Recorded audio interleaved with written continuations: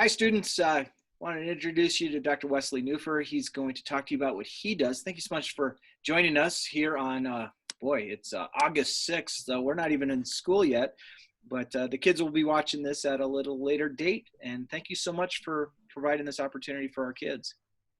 Well, thank you for having me. I really appreciate the opportunity. So I'm going to pull up my screen here. And so I am a faculty member and a pharmacist at the University of Colorado School of Pharmacy. And so today I want to talk to you a little bit about vaccines and immunity, and I also want to talk to you about the profession of pharmacy. As it was mentioned, we're just in the beginning of August. There's a lot going on right now with the COVID infection. I'll talk a little bit about that, but if there's one thing I really want you to remember from today, is that there's a huge opportunity for pharmacists. And the thing about the profession of pharmacy is that while everybody knows what we do and generally we're pretty well trusted, they don't really realize the scope of what you can do as a pharmacist. Everybody pictures us in that corner of that grocery store, you know, counting pills. And certainly that's traditionally been a role. But I can tell you that that role is largely going away. Robotics and highly trained technicians are taking that role away from us. And we're really moving into the appointment-based model where we're sitting down with patients and really helping to manage their disease as part of the healthcare team. And that's one of the things we pride ourselves at the University of Colorado is we have a really cool interprofessional program where you're training with doctors and nurses and PAs and dentists and all of the different professions, because we found now that the best way to take care of patients is to really have everybody involved with their care working as a team and sort of optimizing their health. And so a lot of great opportunities, and I really highly encourage you to think about pharmacy when you start thinking about your career.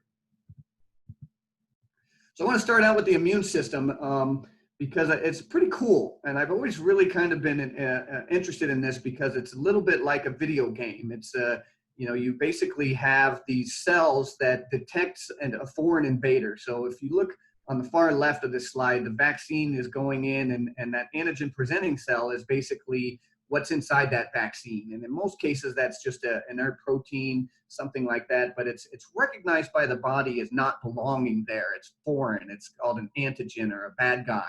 And so what that does is it stimulates this full response here. And the T cell helper cells, those are cells of your immune system that are just floating around your body looking for these bad guys to show up. And as soon as they sense it, what they do is they go down these two different pathways. And up top, you have your B cell response, and that's where they start to develop antibodies to fight off this antigen, this bad guy. Down below, you see the T cell response, where you actually generate cells that go and surround the cell and destroy it. And so this process takes somewhere between 7 to 14 days. That's why usually when you get sick, you got 3 or 4 days where you feel really bad, and then you start to recover. And usually by about 2 weeks, in most cases, we're feeling pretty good again because our body has done what it's supposed to, and we move on with our lives. The cool thing about this is that this happens once. After it happens, the next time that your body senses that same bad guy, that same antigen, the same sickness, it has these memory cells. So if you look on the far right, you see those memory cells that are there. Those things stick around for a long time. And what they do is they avoid this whole middle process. They immediately start producing these antibodies because now you know how to kill this thing, right? And so you immediately produce those antibodies and you basically kill that invader before it makes you sick. And so the first time you get sick with an illness, you get pretty sick. But after that, like with the flu and most of these things, or things you're vaccinated against, your body actually kills it off before you even know it's there. And that's the whole idea, right? Is that our immune system learns and it stops these things from getting us sick the next time around. And that's what vaccines are meant to do, is expose you to something, build up this response, build up this memory, and then when your body sees it again, you kill it off and you don't have to deal with being sick.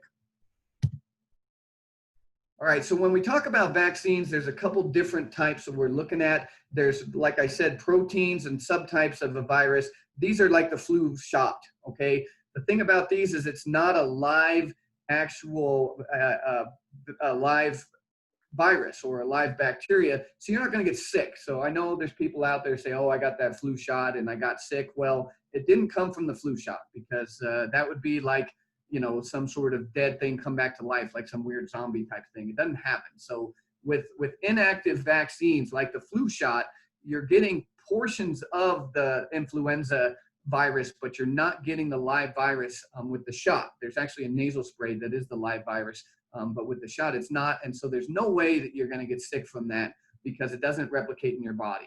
What it does is those proteins are part of the virus, and your body still builds a response and still builds antigens and still builds those memory cells to those proteins. So then when the live virus comes into your body, it recognizes those proteins on the virus and it kills that virus off before the virus can replicate and get you sick. Now, the other type of vaccine that's more rare is a live actual invader that comes in, and what we do is we attenuate it, we weaken it, so it shouldn't get you very sick, but you can kind of see a rash, or you can kind of feel mild symptoms for a few days. And in those cases, it's actually exposing you to a weakened virus, so you go through that whole process I just described, and you get those memory cells, and then when the actual, what we call wild type virus, something that's in the environment, comes in and gets to you, now your body recognizes it and kills it off. There's a few higher risks with live vaccines. They're not very risky for you and I as healthy immunocompetent is what we call it, when your immune system works very well. But there are folks out there that for whatever reason, their immune system is weakened. We think about your grandma and grandpa who are pretty old. And as we age, our immune system isn't as good. So they tend to get sicker easier and worse. And so that's where the live vaccines can pose sort of a risk there, is because if you do have a weakened immune system, and there's a few diseases that also produce that, then you can actually get pretty sick from these vaccines, and we wouldn't want to give those to you. All right, so the reason this is near and dear to my heart is because Colorado's not doing very well in the vaccine business. There's a lot of reasons for this. There's a lot of misinformation out there. Some folks feel that vaccines are not good. I'll talk a little bit more about that. Needless to say, this is my field, and I've researched it extensively. And you know, vaccines aren't 100% safe. Nothing is. I always say that, you know, as a pharmacist, you know, people are always saying, oh, this supplement or this pill has absolutely zero side effects and it's 100% safe, and there's no such thing. I always say that the purest thing in my field is water, and you can overdose from water, right? It's called drowning. Okay, so nothing is 100% safe, but our goal is to make these things as safe as we can, and really what we look at is risk benefit. Okay, while you don't know that the flu is that bad, if you've had the flu, you feel really bad for a few days and you lay around and then you get better. But the flu kills people, okay? Some people get a real severe case, then you go to the hospital. Anytime you go to the hospital, you go at risk of getting a different infection. And a lot of times those other infections, like a pneumonia or something, ends up killing you. And so it is something that every single year people die from. And I hear these terrible stories where parents don't vaccinate their kids, and their kid gets a real bad case of the flu and dies. And it shouldn't take that for them to realize how important vaccines are. Sometimes it does. So we're really trying to improve this vaccine rate. We're trying to get people to vaccinate their kids. We're trying to get them to vaccinate themselves. We hear all these stories about parents that don't vaccinate their kids, and then when their kids get out of the house and go into college, they realize just how risky you are, at risk, because you're exposed to all these things everyone else is protected from, and they go out and get themselves vaccinated. And I think that that's a really important thing, because, you know, it's sort of like the Star Trek thing, right? You know, if I could lay on a table and have a full body scan, and I realize most of you don't even know what Star Trek is, but there was this technology where they would scan your body and just get rid of a whole bunch of illnesses just by this sort of scanning. And that's the idea. If we can prevent it from ever happening, if we can give you a shot that prevents you from ever getting things like chicken pox and measles, then why wouldn't we do that? Because if you ever had those diseases, they're absolutely horrible and you don't want them, right? So this is what we're trying to fix, is getting people to vaccinate to where you never get sick. That ounce of prevention is worth a pound of cure. All right, there is a Colorado Senate bill that's focused exactly on this, trying to improve childhood vaccinations. So I mentioned this briefly, the anti-vaxxers, and I'm sure that at least a couple of you would probably know folks. It may be your parents, it may be yourself, and I'm not here to judge. I'm here to have a conversation. You know, my job as a healthcare professional is to give you as much accurate information as I can. And at the end of the day, you make your own decisions. My experience with these folks is that they generally find misinformation. They go to websites and they find things on Facebook, and they hear stories that are very heart-wrenching and very sad and tragic stories, but they're not accurate stories. They don't necessarily have a very good cause and effect. Autism is the big one, where there's a huge amount on the internet about vaccines causing autism, and I can tell you absolutely 100% confidently that autism is not caused by vaccines. That's the one thing we have studied. We don't know why there's an increase in autism. There could be something in the water. It could be something having to do with a whole bunch of automobiles driving around. There's a lot of things we don't know, but because of this mistaken belief, there's been study after study after study and all across the globe, and thousands of people, and there's absolutely no association between vaccines and the incidence of autism. And so while parents will say, you know, he was fine, my little boy was fine, he got this vaccine and suddenly he turned to a different person, it's a tragic story, and I'm sorry it happened, but I can tell you definitively it wasn't because of the vaccine that person received. We do an important part of screening for illness and allergies before we give people vaccines. There are some things that can happen with vaccines. There's this vaccine tracking place on the internet where we have to report any side effects, anything a patient tells us that happens, and we collect incidents after incident. So we have a database with thousands of cases to really track what can happen. And one example is fainting has been associated with a vaccine called HPV. And that's one that many of you probably have received right when you got into around middle school. My son's in 8th grade and he just finished that series last year.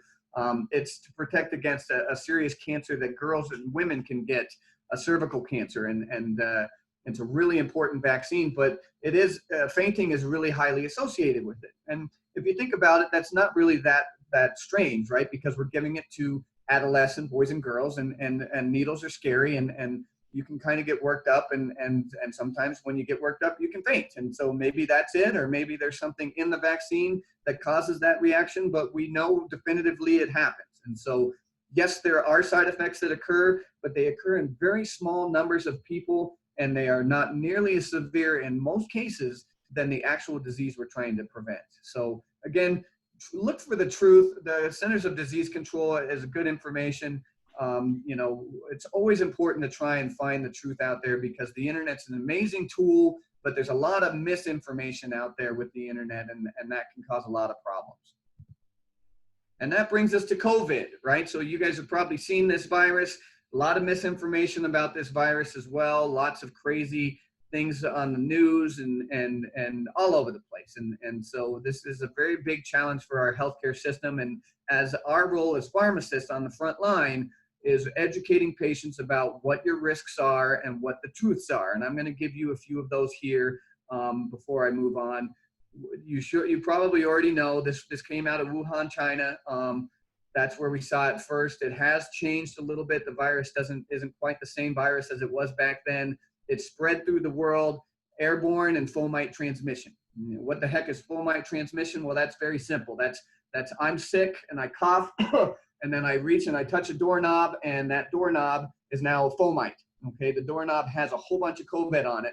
All right, so then you coming into class after me, touch that doorknob, get that virus on your hands, and then, oh, lo and behold, you're touching your face, you're touching your mouth, and yes, we all do it. You may not think you touch your face, but pay attention for 10 minutes. We all touch ourselves way more than we should. That's why this fanatical hand washing is really taking place right now. And my kids, I think, have washed their hands more in the last 6 months than they have their entire lives. It's because you got to get that stuff off your body before you touch your nose or your mouth or even your eyes, because that's how the virus gets into your body. And once it gets into your body, then it gets into your lungs and you get sick. The good news is kids don't get as sick, but again, you might be around grandma and grandpa and it could be the end of their lives if they get it. So that's where it's a really big deal. COVID's going to be around for a while. So we got to figure out a way to beat this, because I was on a call literally last week, and the experts say that this is something you're going to see the next 20 years. Your children will likely be fighting COVID. And that's why we're in a race to find a vaccine, so that this huge impactful disease doesn't become so impactful. This is something that is very key in your lives right now, because 20 years from now, we're going to have a vaccine, and this is going to be another one of these things that, oh, well, COVID, that's nothing. You know, I get a vaccine and I don't even get sick. And we're going to say, yeah, but 20 years ago, in the year 2020, it shut the place down. You know, we were stuck at home. We were wearing masks. We were taking school on our computer. It is a defining moment of your lives that you're living through right now. All right, so let's talk a little bit about masks. A lot of misinformation about masks. I'm going to try and clear it up. Masks protect other people from you, the sick COVID person. All right, if I'm wearing a mask, I am not very protected from this lady on the left who has COVID and is coughing on me, because they're not really meant for that. There's some very fancy masks. They're called N95 or KN95 masks. Those are the healthcare professional masks. Those are protective to the wearer. But for the general public, we're not recommending that you wear those. We're recommending you wear a regular cloth mask or a regular a disposable mask. And why do we do that? For this bottom example, because you, if you're sick, are not spreading the same amount of virus into the air. That mask stops most of that virus from leaving your nose and mouth, and therefore it's not infecting other people. And so you'll see statistics all over the place that say that if the person that's sick wears a mask and the person that's well wears a mask, your chances of getting sick is very small. I can tell you that every time I see a person without a mask, I'm a little bit irritated if they don't have a chronic disease that prevents that, because they're exposing me. My mask is not going to protect me except when I'm wearing my N95 mask. When I'm just going down the street on a walk with my dog, or when I'm going in the grocery store with just a regular mask, that mask is not meant to protect me. It's protecting you from me. So I'm assuming I'm sick. I don't know I'm sick. I sure hope I'm not sick. But if everybody assumes they're sick and wears these masks, then they're protecting everyone around them, because they're containing most of that virus inside their nose and mouth. Okay, so that's a real simple way of thinking about it. The mask isn't protecting you against somebody else. It's protecting someone else from you. And if we all do it, then everybody's protecting each other, and it works really well. But what happens in today's day and age, where people are like, I don't want to wear a mask, masks don't work, this and that. There's studies that say it's not going to protect me. It's not going to protect you from this lady who has no mask and is coughing, because that's not what they're designed for. But you can see, and there's actual things on the internet, if you look them up, they show you again and again, the particle dispersion out of your nose and mouth is way, way reduced when you wear that mask. And when you reduce that, you're protecting other people from getting sick, and that's what we're all trying to do.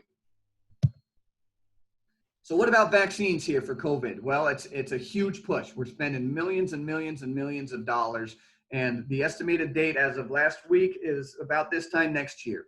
All right, so sadly, yes, we got another year of maybe no sports, definitely no concerts, maybe no theme parks. My whole family had passes to Elitch's that we didn't use this year.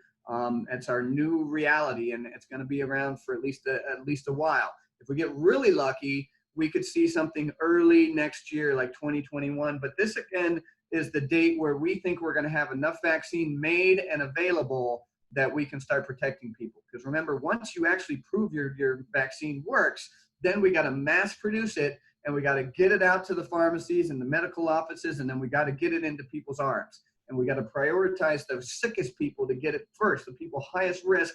And so we're talking about protecting most of the country, and that, in my opinion, is at least a year out. A couple things we know about this. One is it's going to be a 2-dose series. So we have about 7 or 8 companies across the world developing these things right now, and they're doing it at rapid pace, fastest vaccine that's ever come to market, because of the amount of money that the country is spending making this a priority. Okay, so it's going to be 2 doses. You'll get one, and you'll get another one probably about a month later.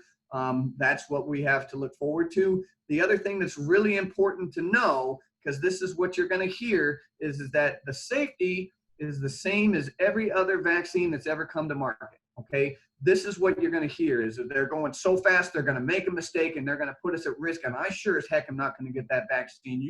I'll just get COVID, right? I'll be fine. Well, first of all, I have some friends that are in their 30s and 40s that have almost died from this disease. So just because you're healthy and immunocompetent doesn't mean you'll be fine. I even know kids in their 18 to 20s that got very, very sick, and some that have died. I don't know them personally, but I know of them. So don't think that it's nothing. This is a very serious virus, and we need to be careful about it. But secondly, the important piece here is that all of the safety steps that we normally do with any vaccine before it comes to market, they're doing it now.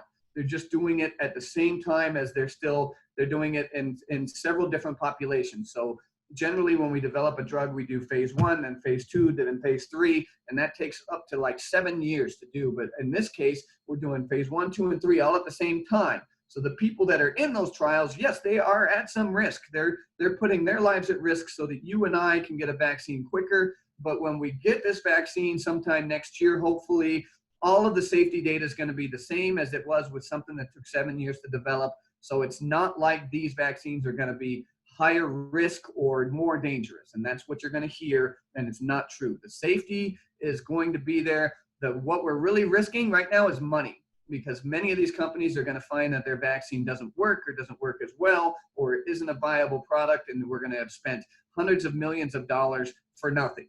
But we're willing to do that, and that's taxpayer money. That's coming out of my pocket, your parents' pocket, some of you who work coming out of your pocket.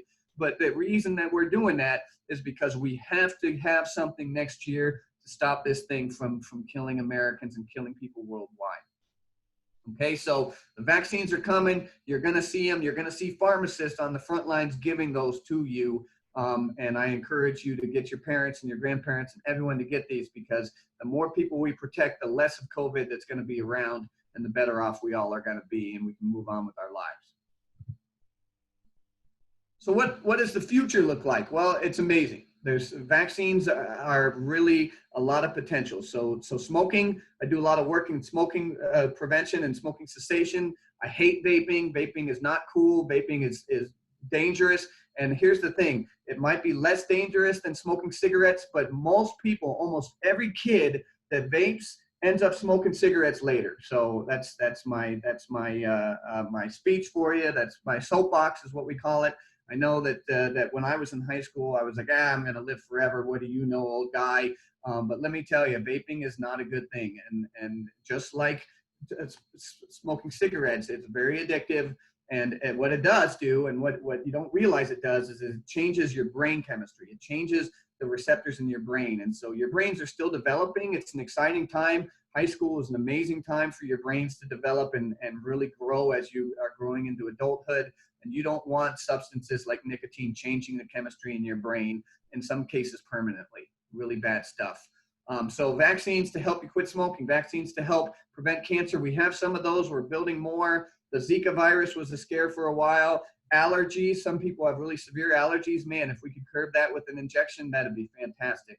Neurologic disease, both grandpas of mine had Alzheimer's. Alzheimer's really scares me. It's in my family. I'd love to have a vaccine to prevent that. So lots of cool stuff. And if any of you, obviously you're all interested in healthcare, I encourage you to go into vaccine development and really explore these areas, because it's really going to make future people healthier and less dependent on these terrible, terrible conditions.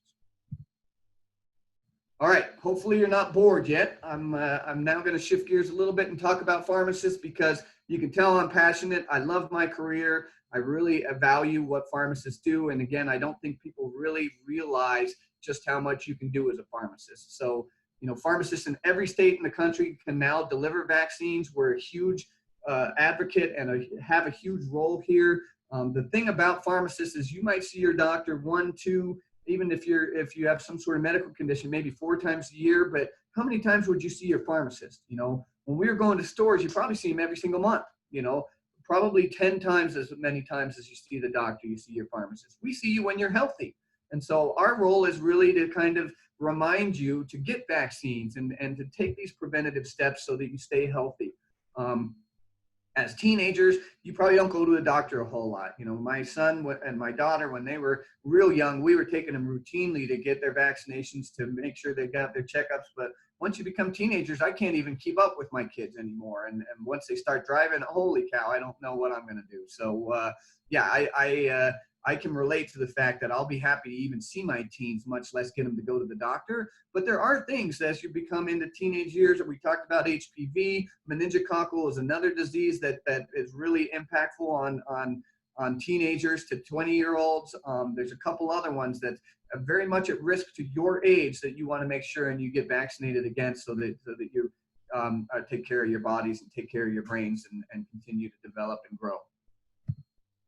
All right, as far as COVID, we're on the front lines. I mean, we have pharmacists in the emergency room that are completely gowned up with the face shields and are triaging people. My colleague Eric was just in the hospital at Denver Health yesterday, and he had somebody walk into the emergency room, and within an hour, they're in the intensive care on a ventilator, almost dead from the COVID. And so serious stuff. It's nothing to mess around with. And we are up there and we are fighting. We're on the floors, we're in the intensive care units, and we're in the community. We're trying to get good information out. We're trying to get people to wear masks. We're trying to try and get all this information about what this is really about and how you can stay safe. And the best ways of staying safe, again, are don't be around a whole bunch of people. I know that's really hard for people your age. You just don't want, all you want to do is be around your friends, right? And I don't know what to tell you about that, except that the more people you're around, the greater the risk. One of those people has it, doesn't even know they have it, and they're going to give it to you. And maybe that won't make you sick, but you got to think about mom and dad and grandma and grandpa, and you don't want that on your conscience if you get someone really sick that's really vulnerable, that's disease. So try and wash your hands a lot. Try and wear masks and try and be responsible about how many people you're around right now. Accessibility of pharmacists, we're the most accessible profession. We're right there where you can find us. You can walk into any grocery store, any Walgreens, any CVS, any Target, and there they are, and we have information and we can help give it to you. And as I mentioned, we're doing testing, we're doing antibody testing, we're going to be giving the vaccines. We're very much a part of this response, and it's pretty cool. So pretty cool profession. Other roles of the pharmacist. So and at the School of Pharmacy here at CU, we place you all over the world. You can go and work in Egypt in one of the most prestigious pediatric oncology or cancer centers in the world. We can put you out on a banana plantation where you're taking care of workers, and it's not what's the best drug to give this person, but it's like, what do I have here that can come close to treating this, because these folks don't have the same medicine that we have available in the United States, and that's in Guatemala. So we have some really cool sites across the world where we put our students. What do pharmacists do? Counseling on chronic disease, helping people understand what is diabetes, what is asthma, how can I prevent my high blood pressure from getting worse. Poison Control Center, talk about an interesting job of thinking on your feet and really troubleshooting. You're on the front lines. People are calling you and saying, my dog just ate a whole bottle of this, or my kids got into my medicine cabinet and this is happening, and you have to say, go to the hospital right away, or you need to take this, or you need to do this. And so you really play a huge role in helping people in acutely emergent situations. There's an FDA right here in town, right here in Denver, Food and Drug Administration. That's the huge global government group that keeps us safe and approves new drugs. The researchers in my building are researching new drugs. They're researching drugs to cure HIV. My son has a congenital muscle disease. He has what's called muscular dystrophy, and there's faculty that are figuring out how to put drugs into proteins to get them into cells to cure diseases like that, which is very exciting. You know, if I could get a cure for my son, I would be thrilled, and my researchers are working on that. So really cool research stuff in laboratories of figuring out problems and how can we do this and that and get things where they need to be. I really see pharmacists as being that troubleshooter. Compounding is another area. I work a lot in compounding. You know, any of you have a cat?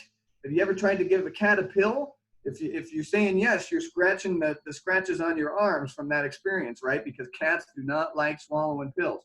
So one of the things we did compounding is we would put these drugs inside this gel, and we would break it down. We would crush the medicine, we'd put it into a gel, and we'd give it to the mom and dad, and you can just give a little bit of this gel and rub it to the inside of the cat's ear. Well, it turns out that they have really good circulation in their ear, and by rubbing it right inside the ear like that, you can get the same absorption as you would by giving them that pill, and it saves you all these scratches, right? And so why wouldn't we do this? So that's very cool area of pharmacy. Closed door hospice, those are for people at end of life. Can we make these people comfortable? Can we cure chronic pain, or at least mitigate it, make it better? A lot of roles there. I talked about the vaccines already. I talked about researching. A lot of opportunities. Doctors Without Borders going and and caring for again, third world countries where people are sick with things that you and I never see. Why? Because we're vaccinated against them, but they're not. So they get sick with these diseases, and you can be there helping them treat and mitigate those diseases. So lots of really neat roles there. Doctor of Pharmacy program, okay? A lot of people don't know this. Every pharmacist we graduate now is a doctor. I'm Dr. Nuffer. So it is the highest degree you can attain in this country, and that's what our pharmacists are. And so, you know, medical doctors, MDs are the traditional doctors, but there's also doctors of nursing, and we produce doctors of pharmacy with a huge amount of knowledge about medications. I can confidently say that when it comes to meds and your actual drugs that are going into your body, nobody knows about these things like I do and other pharmacists. We are the experts when it comes to drug therapy because of our schooling. You do have to have a basic science health curricula. You're already on your way there. I really commend Chris and what he's doing with these pre-health curricula, getting you on your career path to entering healthcare, because you want to be planning now. Generally speaking, our students have a degree when they come into pharmacy school. It usually takes about 3 years of undergraduate studies to get to where we'll let you in. So you don't want to go to college and play around for a couple of years like most of my friends. I don't know what I want to do. I just got out of high school. You know, I want to play. I want to party. I don't want to figure out what I want to be when I grow up. Well, knowing now what you want to do is going to save you a lot of time and a lot of effort by planning out your future. So it's a good idea. I commend you for being part of this initiative, and I commend you for planning as high schoolers, because as you see, most of your friends, they aren't quite to that place. And I certainly wasn't. I wish now that I had been, because it's really smart. If you don't have a bachelor's degree and you get into pharmacy, by doing this undergraduate work that we require, you get your bachelor's degree the first year. So you get both a bachelor's and a doctorate degree when you come to the School of Pharmacy. It's a 4-year program. The last year is completely out in the field. You're working in all these areas I told you about. You might be in Guatemala, you might be in Egypt, you might be in Leiden, anywhere in the world as part of this, and you're really training to be tomorrow's pharmacist of the future. And there's also additional dual degrees where you can also get a master's in business or other degrees while you're in school. So huge amount of opportunities. It's still very hands-on. It's certainly not as getting your hands dirty as you know. Some people, they don't want to be a medical doctor or nurse because they just don't like blood and they don't like fluids and all that. And certainly there's not as much of that, but there is some. You know, with vaccinations, you could make someone bleed, and you are going to have to touch patients. And so you know, it isn't hands-off just standing in that corner of the grocery store anymore. That's not what we do. But it's certainly a very good option, and it is a track that some people find very rewarding. All right, so with that, I'm just going to close and say I'd love to have talented Coloradans in our program. We're always trying to fill our school with about 50% people from Colorado, and so if you are looking for a career option, you know, we have counselors that can tell you exactly the classes you need, that can really help you with your trajectory. I'm more than happy to talk to you more about what pharmacists do. Obviously, you can tell it's something that I consider to be very valuable, and I hope that I've perked your interest. I hope you've learned something here. You know, speaking with your teacher, I'm opening up to questions, and he'll forward those on to me, and I will give you my thoughtful response to those, and hopefully you've gotten something out of this program today. Great job, my friend. Yeah, so students, at the end of this video, there'll be a place for you to post your questions, and I will forward them on to Dr. Nuffer and let you know once he has responded. So I'm going to stop my recording now, and let's see. Thanks for your time. Oh, absolutely. Let's see. Stop recording.